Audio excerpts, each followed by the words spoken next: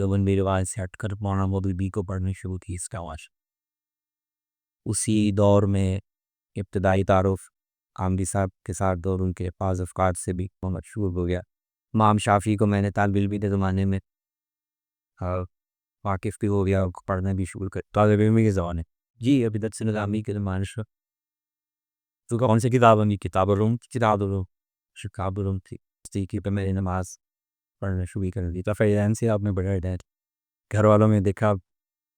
جی جی ظاہر ہو، میں گھر سب کے سامنے پرسن سے اس میں سے 9/11 کا ایک واقعہ ہوتا ہے، پوری دنیا کو فکری اور نظریاتی طور پہ وہ ہلا کے رکھ دیتا ہے۔ اس کا آپ کے علمی سفر میں کیا رول ہے، اور اس کے بعد 9/11 سے پہلے کے عمار خان اور 9/11 کے بعد کے عمار خان میں کیا فرق؟ 9/11 ایک ایسا واقعہ تھا کہ جس نے پھر متوجہ کیا کہ اس مسئلے کو ہمیں سنجیدگی سے پڑھنا پڑے گا۔ سر نے لوگ دیا ہے وہ پہ دار نہیں آئے گا۔ اس نقطہ نظر کے یہاں یہاں اگر تو ہم ساتھ کا معاہدہ دیکھیں اور ہمارے شملہ معاہدہ دیکھیں، پھر تو وہ دارالحد میں نہیں آنا چاہیے۔ دارالحرب دنیا میں اس وقت نہیں، اسرائیل کو مسئلہ ہی وہ کیونکہ اس کو میں تسلیم بھی نہیں کیا، تسلیم بھی نہیں کیا، وہ اقدامات ہی سلسلے سے کر بال کے جو لیکچرز میں اجتہاد کی بات کی، اس کو جوڑتے ہوئے آج پاکستان اور اسلامی ممالک کے تناظر میں اجتہاد کے انسٹیٹیوشن کو کیسے دے۔ السلام علیکم، وائس آف رائن کی نئی ایپیسوڈ کے ساتھ میں ہوں عثمان علی، اور آج ہمارے مہمان ہیں بہت ہی خاص اسلامی اسکالر اور بہت بڑے عالم دین، اور ایک بہت بڑے عالم دین کے گھرانے سے ایک کا تعلق ہے، ایک بہت بڑی علمی روایت سے ایک کا تعلق ہے۔ گجرانوالہ کی یہ شخصیت آج ہمارے لیے لاہور میں آئے ہیں اور ہمارے اسٹوڈیو میں ہم دعوت دیتے ہیں ڈاکٹر عمار خان ناصر کو ویلکم کرتے ہیں۔ السلام علیکم سر۔ وعلیکم السلام، بہت شکریہ۔ سر ماشاء اللہ آپ دیوبندی فکری روایت سے آپ کا وابستہ ہیں، آپ کا گھرانہ ماشاء اللہ سرفراز صفدر صاحب کے آپ پوتے اور زارد الراشدی علامہ صاحب کے آپ بیٹے ہیں۔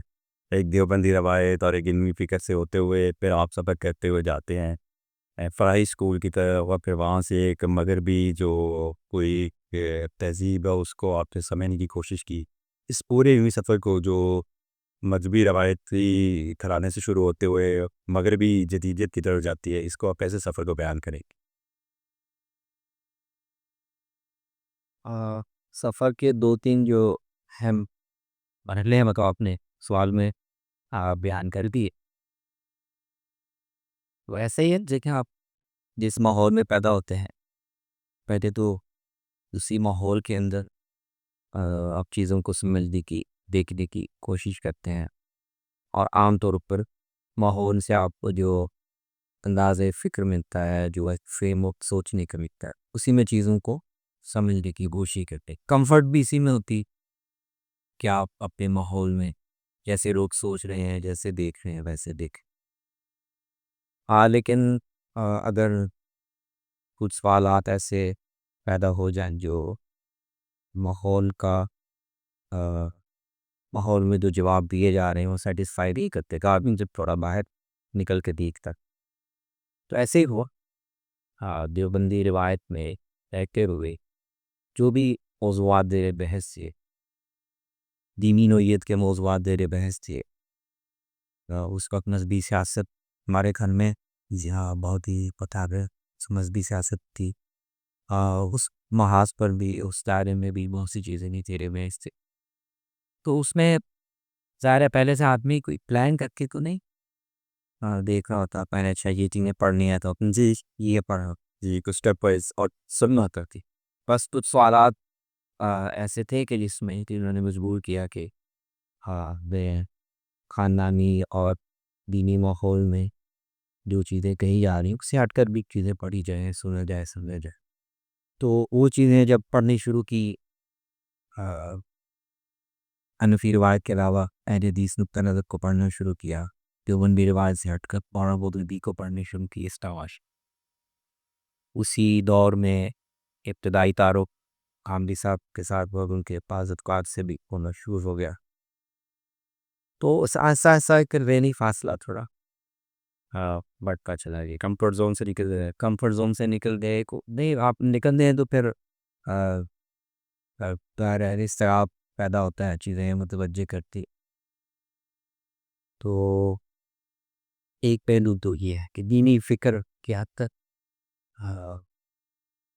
تجوبی ابتدا میں تو ایسا ہوتا ہے کہ آپ کے ماحول میں جو متبادل تعبیریں ہوتی ہیں، جیسے میں نے مولانا مودودی کا ذکر کیا، راملی صاحب کا ذکر کیا، اور دین وارب کی میں پڑھنا شروع ہو گیا تھا، تو یہ آپ کو پہلے اپنے ماحول میں کچھ متبادل چیزیں متوجہ کرتی، پھر اس کے ساتھ چونکہ میرا مدرسے کی روایت سے اور دینی روایت سے تعلق ہے، تو آہستہ آہستہ بہت جلد میں اپنی تراث میں اور روایت میں جا کے جو اصل مصادر ہیں دیے گئے اس طرف بھی توجہ ہونا شروع ہوئی، اور امام شافعی کو میں نے طالب علمی کے زمانے میں واقف بھی ہو گیا، ان کو پڑھنا بھی شروع کر طالب علم کے زمانے جی ابھی درس نظامی کے زبان سے کون سے کتابوں کی کتاب علوم کتاب علوم اور شکاب علوم تھی، تو جیسے جیسے پھر روایت میں روایت سے زیادہ واقفیت پیدا ہونے شروع ہوئی، تو اس سے بھی یہ جو رجحان تھا کہ یہ جو سوچنے کا انداز ہے، یہ تعبیر دین کا یہ جو سانچہ ہے، اس کو ہم ماحول میں یہ سمجھتے ہیں کہ یہی آخری روایت کا واحد مستند ترجمہ ایسا نہیں ہے، روایت بہت وسیع ہے، اس میں بہت نقطۂ نظر ہے، بہت زاویے ہیں، اور وہ سارے روایت میں ایک وزن رکھتی، تو روایت سے بڑی کثیر واقفیت کا رجحان پیدا، اور پھر جدیدیت سے یا جدید مغربی فکر سے واقفیت کا ایک دائرہ ہے اور کی چیزوں کو سمجھنے کا، وہ تو ابھی تک جی جاری ہے، اس میں زیادہ ارتکاز کے ساتھ اور زیادہ توجہ سے چیزوں کو پڑھنے کا، کچھ چیزوں کو سمجھنے کا موقع وہ 8-10 سال پہلے پیدا ہوا، جب مدرسہ ڈسکورسز کے نام سے غالب ابراہیم موسیٰ صاحب کا تھا، اس میں انہوں نے مجھے انوالو کیا، تو اس میں ذرا زیادہ ارتکاز کے ساتھ کئی چیزوں کو سمجھنے کا موقع ملا، بھی جاری، تو یہ ساری ماشاء اللہ ایس ایس پی کے اور کے موضوعات ہیں جن کا آپ نے ذکر کیا۔ جس جیسے آپ نے بات کی کہ جب ہم سٹارٹ کیا آپ نے سفر، تو اس میں آپ نے ایک پہلا سٹیپ تو بھی ہے سب سے اہم کہ آپ نے کمفرٹ زون سے نکل کے علمی روایت کو اس کی جڑوں سے آپ نے تو جانا شروع کیا، تو اس میں جو آپ کی پہلی کتاب ہم دیکھتے ہیں وہ کتاب آپ کی ہے امام ابو حنیفہ عمل بالحدیث، اور اس کتاب کو جب ہم نے پڑھا تو اس میں تو ہمیں لگتا ہے کہ جیسے یہ آپ کی کوئی مدرسے کے دنوں کی کوئی کسی کے ساتھ کوئی مناظرے تھے کہ اہل حدیث مکتب کے ساتھ، اور وہ آپ کی کیسے ذہن کے اندر چھپے ہوئے تھے، اور جیسے ہم نے سوچا تھا کہ جیسے ہی میں نے درس نظامی کرنا ہے تو میں نے پہلا کام یہ ہے کہ ان کا یہ جواب دینا ہے، اور وہ 125 جو ان کے اعتراضات ہے امام ابن ابی شیبہ کے، اس کا اپنے فقیہانہ جواب دیا، کیونکہ اسماء الرجال اور اس حوالے سے تو پہلے کچھ جوابات موجود تھے، لیکن انفی پیراڈائم کے اندر جو آپ نے اس کا جواب دیا ہے، اور اس سے تو ایسے لگتا ہے کہ جیسے آپ نے پہلے جو عمل جو پہلی کتاب لکھی وہ آپ نے بالکل مناظرانہ رنگ میں لکھی، الحمدللہ میں بڑی ہے، ویسے تو بہت بہت عمدہ کام ہے، اس بارے میں آپ کیا کہیں؟ ہاں، وہ اس کے اسلوب مناظرانہ نہیں، لیکن وہ موضوع مناظر بحث مباحثے کا، وہ اصل میں میرے اسی جو میرا اپنا ذہنی سفر ہے اور وہ اس کا حصہ ہے، کیونکہ میرا جو اپنے روایتی ماحول سے جو پہلا ایک اختلاف ذہنی پیدا ہوا وہ اسی مسئلے کے حوالے سے تھا، حنفی اور اہل حدیث کی جو بحث ہے کہ حدیث کے زیادہ قریب تر مسلک کون سا ہے، تو میرے اپنے ذہن میں مطالعے کے نتیجے میں کچھ سوالات پیدا ہوئے اور ایک رجحان پیدا ہوا، اور اس کی وجہ سے میں جو کئی بعض ظاہری امتیازی مسائل ہیں نماز پڑھنے کے طریقے کے حوالے سے، تو مجھے خیال ہوا، تاثر ہوا کہ اس میں اہل حدیث کا طریقہ یہ تو زیادہ حدیث کے خمانگ، تو میں اس طریقے پہ میری نماز پڑھنا شروع کر دی۔ رفیعین سے آپ نے بڑھایا جائے، گھر والوں نے دیکھا آپ کو؟ جی جی ظاہر ہو میں گھر سب کے سامنے پرسنل سی، تو میرے اپنے ذہن میں یہ ایک کوشچن پیدا ہوا تھا، رجحان پیدا ہوا، لیکن وہ پھر یہ میرا ابھی درس نظامی کے دوران کا، لیکن جیسے ہی ایک تاثر پیدا ہوا تو پھر میں نے اس کو زیادہ گہرائی سے سمجھنے کی کوشش کی، پھر ہمارے درس نظامی کا جو بالکل آخری سال ہوتا ہے وہ دورہ حدیث کا، جی جس میں یہی سارے مباحث حدیث کی کتابوں کی روشنی میں ہم پڑھ رہے ہیں، تو وہ جب میں نے ذرا زیادہ توجہ سے چیزیں دیکھی تو پھر میرا نقطہ نظر تبدیل ہوا. پھر میرا نقطہ نظر یہی تھا اور اب تک یہی ہے کہ بعض جزوی مسائل میں آپ یہ کہہ سکتے ہیں کہ حدیث کی ہے بہت سے جو فقہی مکاتب ہے ان کی رائے حدیث کے ظاہراً زیادہ قریب ہے. لیکن بحیثیت مجموعی حدیث کو سمجھنے کا اس کی انٹرپریٹیشن کا جو حنفی منہاج ہے وہ بہت بقی بھی ہے، رچ بھی ہے اور انٹلیکچولی بہت زیادہ اسٹرانگ. تو یہ کتاب اصل میں پھر اس سفر کا نتیجہ ہے. اور جو آپ کی اگلی کتابیں ہیں وہ اسی کے اوپر ہیں کہ یہ ایک رچ جو رچنس ہے اس کے اندر، اس کو پھر آپ نے ڈیٹیل سے اگلی کتابوں. یہ پھر موضوع جو ہے وہ پھر کبھی میری توجہ سے ہٹا نہیں، یعنی حدیث کا اور فقہ تعبیر کا اور اس کی تفہیم کا اور فقہ حنفی میں اس کا جو منہاج ہے یہ تو مسلسل پہ میری دلچسپی کا جی سر، اور اس میں سر 9/11 کا ایک واقعہ ہوتا ہے، پوری دنیا کو فکری اور نظریاتی طور پہ وہ ہلا کے رکھ دیتا ہے. اس کا آپ کی علمی سفر میں کیا رول ہے، اور اس کے بعد 9/11 سے پہلے کے عمار خان اور 9/11 کے بعد کے عمار خان میں کیا فرق؟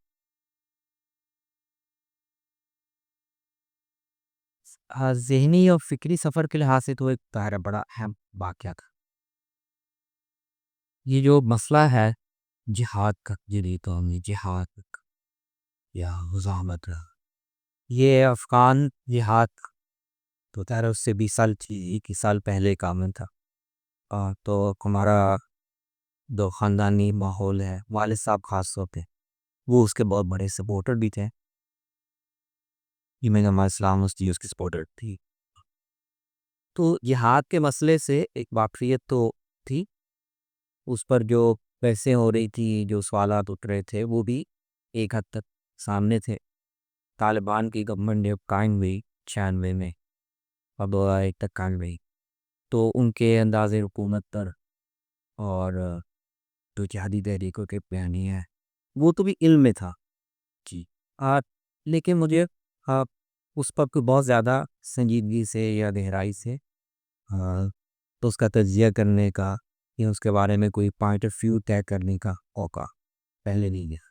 سوالات ہی پہلے سے سامنے تھے.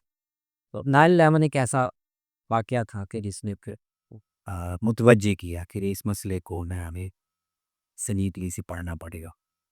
تو اس کے بعد پھر میں نے ظاہر ہے اس زاویے سے جہاد کے مسئلے کو، جدید دور میں جہادی تحریکوں کا موقف اور بیانیہ کیا ہے، جدید دور کیا ہے، اور اس میں جہاد کا جو ہدف ہے وہ کئی جگہوں پر ہماری تنظیمیں اور تحریکیں یہ کو مسلم ممالک کو بناتی ہیں.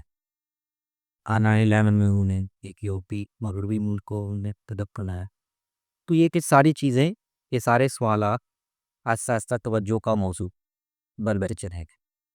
تو اگلے 10 12 15 سال میں نے جس موضوع کو زیادہ تفصیل سے دیکھا بھی، سمجھا بھی، اس پہ بہت کچھ لکھا بھی، وہ پھر یہ جہاد کا مسئلہ تھا. وہ پھر اس کے سارے ہی ڈائمنشن ایک ایک کر کے زیر غور آتے گئے. رسول اللہ صلی اللہ علیہ وسلم نے جہاد کی کیا نوعیت ہے اس کو دیکھا، ہماری فقہی روایتی تاریخ میں جہاد کو کیسے سمجھا گیا ہے اس کو سمجھنے کی کوشش کی، اور جدید دور میں جہاد کا نیریٹو وہ کس تناظر میں سامنے آیا، اس کا ہدف کیا ہے، اور وہ کیسے مسلمانوں کا جو پورا ایک سیاسی نظم ہے جدید دور میں، جدید ریاست کا، اس کے ساتھ اس کا کتنا گہرا تعلق بند تھا. یہ مسلسل نہ، یہ تو اب بھی ہے کیونکہ وہ مسئلہ ختم نہیں ہوا، وہ نیریٹو بھی موجود ہے. جی بالکل. اور جو چیلنجز وہ پیدا کرتا ہے. سر اسی سے جڑا ہوا آپ کا ایک مضمون بھی ہے، شریعہ میں بھی چھپا اور میں نے پڑھا بھی، اس میں مذہبی شناختوں کا سوال آپ نے جو جدید ریاست کے حوالے سے کیا ہے. اور جدید ریاست کے حوالے سے اگر آپ فقہی ہمارا لٹریچر پڑھتے ہیں تو اس میں جو ریاست کے ساتھ بہت اہم ایک ورڈ یوز ہوتا تھا، دارالحرب اور دارالاسلام.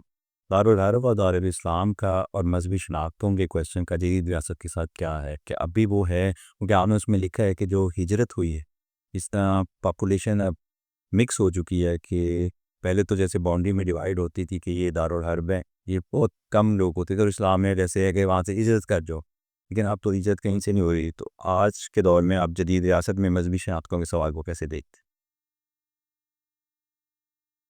اس واقعے تو کئی پہلو بنتے ہیں، خاص طور پر اگر آپ اس کو دارالاسلام اور دارالحرب کے بحث کے حوالے سے دیکھیں تو پھر تو اس کی جہتیں اور بھی پھیل جاتی ہیں. تو دو تین جو اس کے پہلو بنتے ہیں وہ میں اختصار سے عرض کر دیتا. دارالاسلام اور دارالحرب کی جو اصطلاح ہماری فقہ میں استعمال ہوتی ہے، اس کا مطلب تو یہ ہوتا ہے کہ ایک علاقہ جو مسلمانوں کے کنٹرول میں ہے، ان پر ان کی حکومت قائم ہے، اور اس کے علاوہ دنیا میں بہت سے علاقے ایسے جہاں ٹھکلائے مسلموں کی حکومت اور اقتدار قائم ہے، اور کن دونوں کا باہمی تعلق وہ آپس میں ان کا کوئی صلح کا معاہدہ نہیں ہے، کوئی پرامن تعلق نہیں ہے، وہ آپس میں ایٹ وار ہے. تو دارالحرب کی اصطلاح اس کے لیے استعمال کی ہے. اے مسلم، کسی سلطنت کا اور مسلمانوں کے ملک کا آپس میں معاہدہ نہیں، صلح نہیں ہے، اور وہ جب چاہیں ایک دوسرے پہ حملہ کر سکتے ہیں. تو اصل میں تو اس کو دارالحرب کہا جائے. تو جدید دور میں تو اس پہ آپ کے مائلو مین اسٹریم مذہبی فکر ہے، اس کے اہل علم بھی، فقہا بھی، وہ آپ کو یہی کہے گے کہ اس مفہوم کے لحاظ سے آج دنیا میں ایک آدمی کا اسرائیل کو آپ سنگل آؤٹ کر سکتے ہیں یا ورنہ دنیا میں دارالحرب اس طرح رہے نہیں، کیونکہ دنیا کے سارے ممالک وہ ایک واحداتی نظام میں یو این او کے تحت وہ آپ اس کی افیکٹونیس پہ یا اس پہ سوال اٹھا سکتے ہیں، لیکن ایک باقاعدہ معاہدہ موجود ہے. وہ مسلمان ممالک بھی آپس میں اس معاہدے کے تحت بنے جی، اور غیر مسلم ممالک بھی. تو اس لیے دارالحرب اس مفہوم میں آج کسی کو آپ نہیں کہہ سکتے. اس میں آپ کو وہ مذہبی بیانیے سے اختلاف کرتے ہوئے دکھائی دیں گے جو اصل میں نیشن سٹیٹ کو تیری ریاست ہو چاہے چلے جائے، کیونکہ ان کا خیال یہ ہے کہ وہ اسلامی تصور ہے، سیاسی تصور ہے دنیا میں رہنے کا، وہ تو یہی ہے. اس میں کافروں کے ساتھ بہن سلوک کے ساتھ مستقل صلح نہیں ہو سکتی. وہ آج برابر برابر جی، یا میرے ساتھ ہو جاتے. تو یہ وہ میری آستوں کو بھی نہیں مانتے جی، تو وہ اس پورے سیٹ اپ کو نہیں مان سکتے. تو ان کے خیال میں دنیا میں چونکہ یہ بات ہی ہے کہ غالب قوت دنیا میں اس معاہداتی نظام میں بھی وہ مغربی قوم ہے، اور وہ کئی جگہوں پہ بے شمار معاملات میں اس طرح سے انصاف سے کام لینے کی. تو یہ ایک نیریٹو موجود ہے جو یہ سمجھتا ہے کہ یہ ساری غیر مسلم حکومتیں یہ بیسیکلی دارالحرب بھی سر جو بھی دیا ہے وہ پہ دارالحرب میں آئے گا. اس نقطۂ نظر کے لحاظ سے یہاں اگر تو ہم 60 کا معاہدہ دیکھیں اور ہمارے شملہ معاہدہ دیکھیں، پھر تو وہ دارالحرب میں نہیں آنا چاہیے. نہیں، وہ آپ بنیاد مختلف ہو جائے. میں اسی فرق کر رہا ہوں کہ جو ہماری مرکزی دھارے میں مذہبی فکر ہے وہ یہ جدید ریاستوں کو اون کرتی ہے اور معاہدات کو بھی. وہ تو یہ نہیں کہ جو اور کوئی جواب دے گی کہ دارالحرب دنیا میں اس وقت نہیں ہے. اسرائیل کو مسئلہ ایک دو کیونکہ اس کو ہمیں تسلیم بھی نہیں کیا. تسلیم ہی نہیں کیا اور وہ اقدامات ان سلسلے سے کر.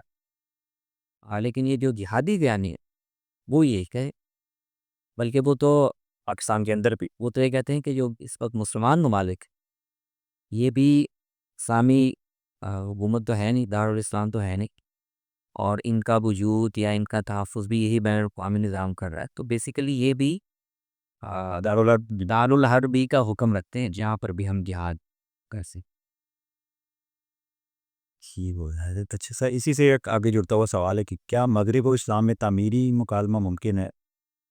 ایک تعبیری مکالمہ کہ کیا ان دونوں کا کہ مطلب UN تو جیسے ویک ہو رہی ہے، تو کیا فکری نظر دور پہ کیا ایسے ہو سکتا ہے کہ ہم ایک ڈیبیٹ شروع ہو جس کے اندر ہم کچھ ایسے منیمم جو ہیں ریکوائرمنٹس یعنی رائٹس کی لکھ لیں کہ ان چیزوں پہ ہم جس کو قرآن نے بھی کیا آؤ ہم تم ان چیزوں پہ متفق ہو جائیں تو ہم نے باہم مشترک.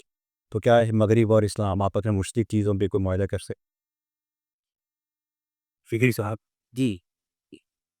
تو دو اس پہ ایک تو یہ کہ کیا دنیا کی ان قوموں میں جو مسلمان نہیں ہیں اور مسلم ورلڈ کا پورا یہ پٹی ہے ممالک کے، ان کے مابین اگر کوئی ایسا معاہداتی نظام قائم ہو جس کے نتیجے میں جنگیں نہ ہو اور دنیا میں جو بھی جھگڑے ہیں ان کے نزاعات ان کے حل کا ایک پرامن نظام جو منصفانہ ہے.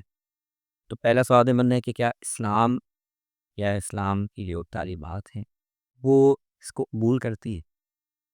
تو میں تو اس کا جواب اس بات میں دیتا ہوں.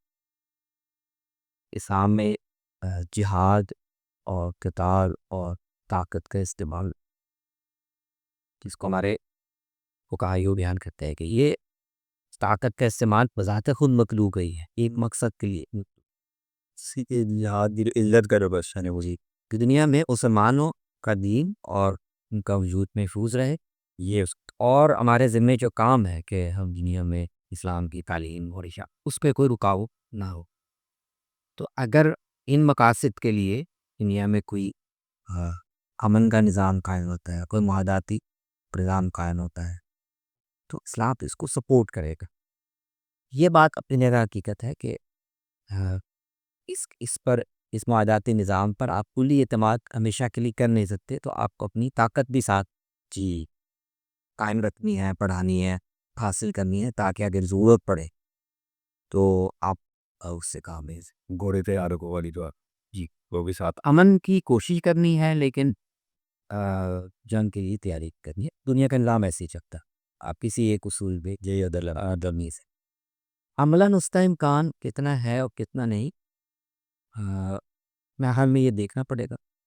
کیونکہ اس وقت جو معاہداتی نظام ہے وہ تو بنیادی طور پر مغرب کی ترجیحات پر اور اس پر قائم بنایا بھی انہوں نے ورلڈ وار ٹو کے بعد، اور اپنے اہداف کو سامنے رکھ کر بنایا ہے اور ترجیحات ان کی مسلط رہی ہیں ان دنیا. اب جب طاقت کا توازن دنیا میں بدل رہا اور اس میں دوسری قوتیں بھی ابھر رہی ہیں، میرا خیال اس میں مسلم ورلڈ کے بھی اہم کردار ہوگا. کی نیگوشیٹ کیا جا سکتا ہے یہ نیگوش کیا ہوگا، لازماً ہوگا. اگر مسلمان ممالک کی معاشی لحاظ سے، جغرافیائی لحاظ سے، عسکری لحاظ سے انہوں نے اپنی طاقت کو بڑھایا ہے اور طاقت کے ایک نئے توازن میں وہ ایک کردار ادا کر سکتا تو لازماً ایک نیا سیٹ اپ جو بنے گا اس میں مسلمان ممالک کی، مسلم ملک کی پہلے سے زیادہ اہمیت. یہ تو دونوں پہل انشاءاللہ اصولاً بھی اس کے ضرورت ہے.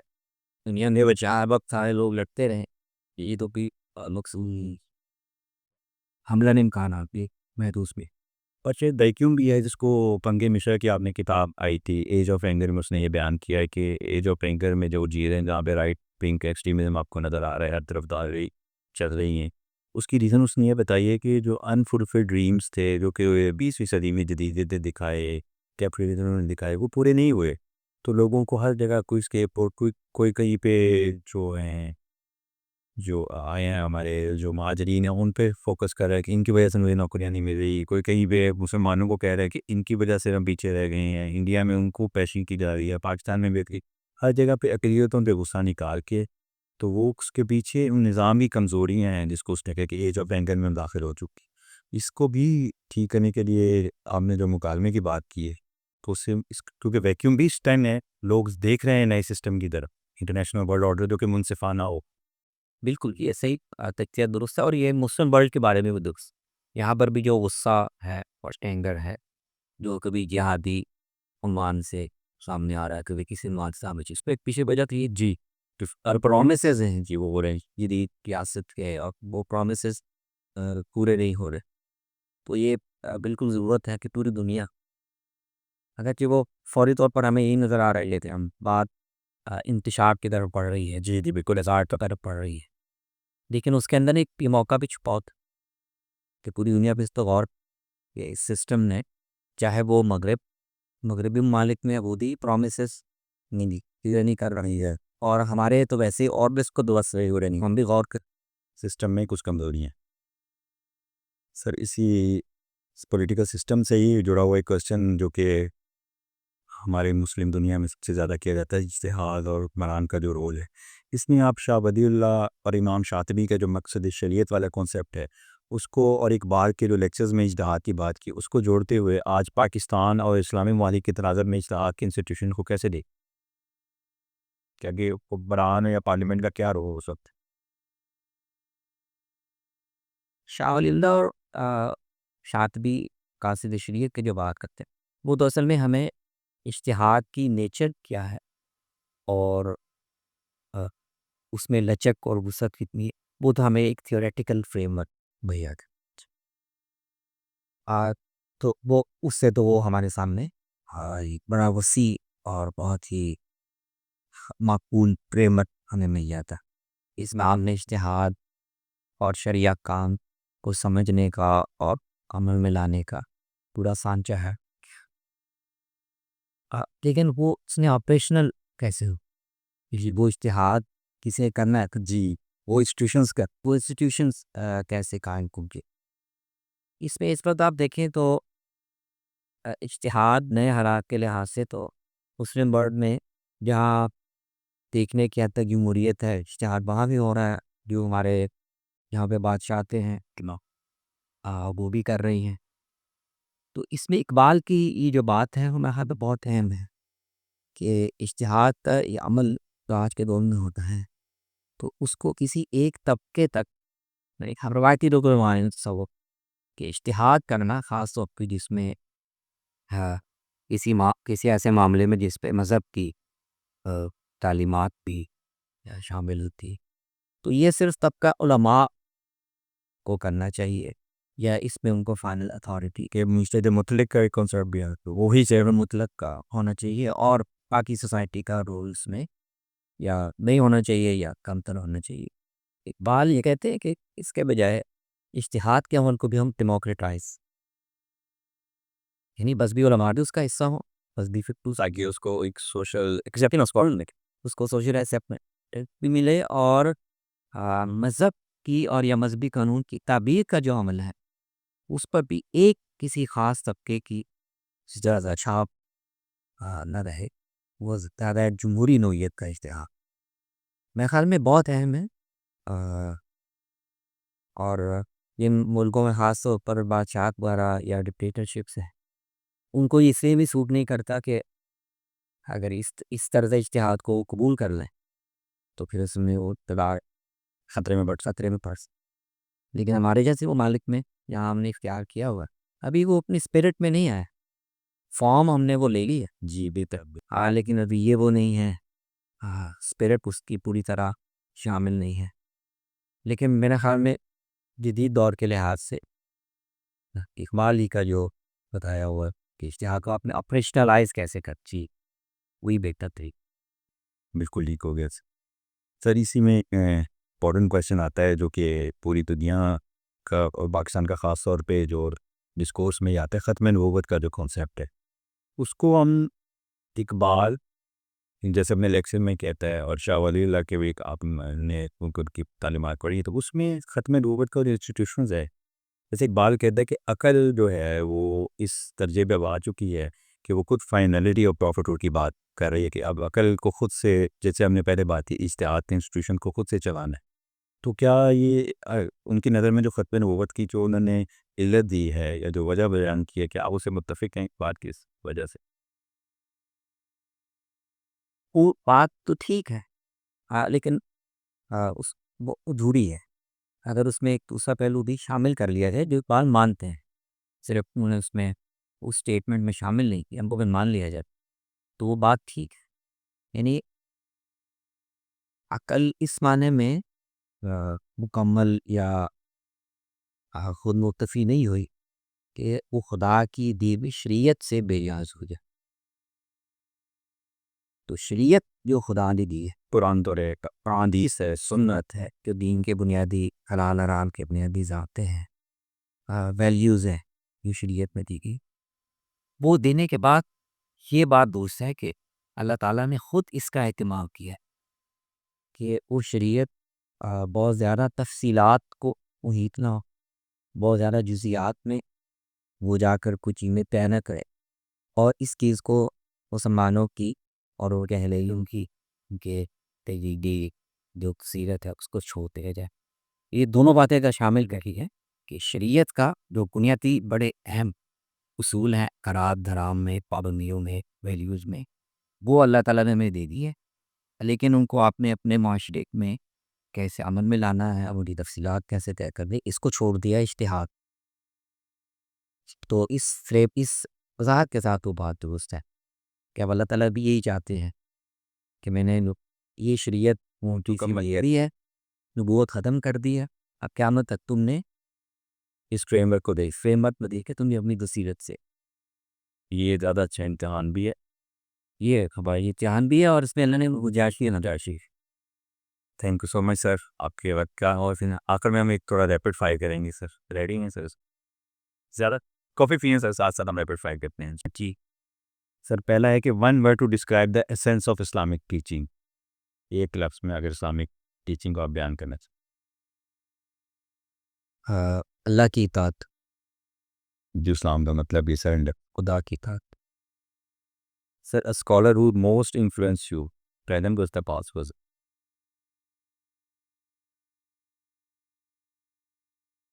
کسی ایک اسکالر کا نام لینا ہو تو میں امام شافعی کے نام.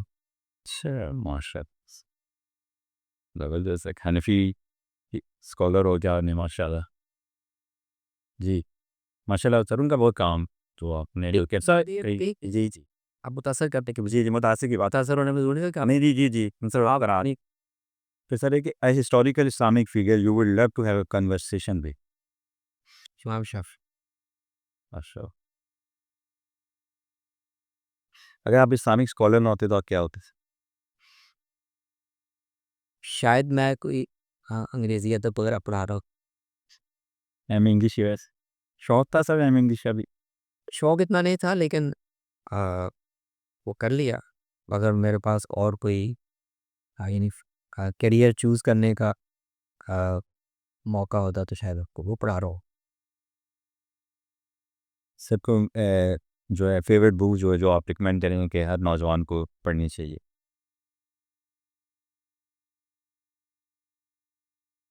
اسلامی تراث میں میں تجویز کرتا ہوں، خود بھی دیکھتا رہتا ہوں.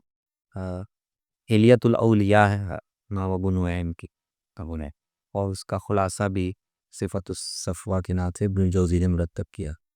ہماری پہلی دور کی 2-3 صدیوں میں جو صالحین ہوئے جی یعنی اسلامی شخصیت، اسلامی کردار اور اسلامی اخلاق کا نمونہ جن کو ہم دیکھتے صحابہ میں، تابعین میں، تو وہ میں مذہبی علماء کو، مذہبی لوگوں کو تو بالکل. طبقات کی رائے وہ بھی ہے، طبقے کے نکاس طبقات کے لحاظ سے بھی ہے، لیکن اس میں ایک ایک شخصیت کے ان کے یعنی دینی احوال کیا تھے، ان کے رویوں میں، ان کے روزمرہ زندگی میں، ان کی باتوں میں دینی شخصیت کیسے ظاہر ہوتی. اس کو اردو ترجمہ سر آ رہی اردو ترجمہ بھی اویلیبل. یہ پتہ نہیں کتنا اچھا ہے لیکن حلیۃ الاولیاء کا ترجمہ. تراشا میں 2 شخصیات دیں گے، آپ نے ان میں سے ایک کو بتانا ہے. امام غزالی، ابن تیمیہ. امام غزالی. اقبال یا شاہ ولی اللہ؟ شاہ ولی اللہ. مولانا اشرف علی تھانوی یا حسین احمد مدنی؟ مولانا شکری تھا. رامدی صاحب یا ڈاکٹر فضل الرحمان؟ رامدی صاحب. Thank you so much. Voice of Arain کی اس ایپیسوڈ کو دیکھنے کا بہت شکریہ. وائس آف ارائن کو چینل کو سبسکرائب کریں، لائک کریں اور اسے یوں ہی دیکھتے رہیں. جزاک اللہ.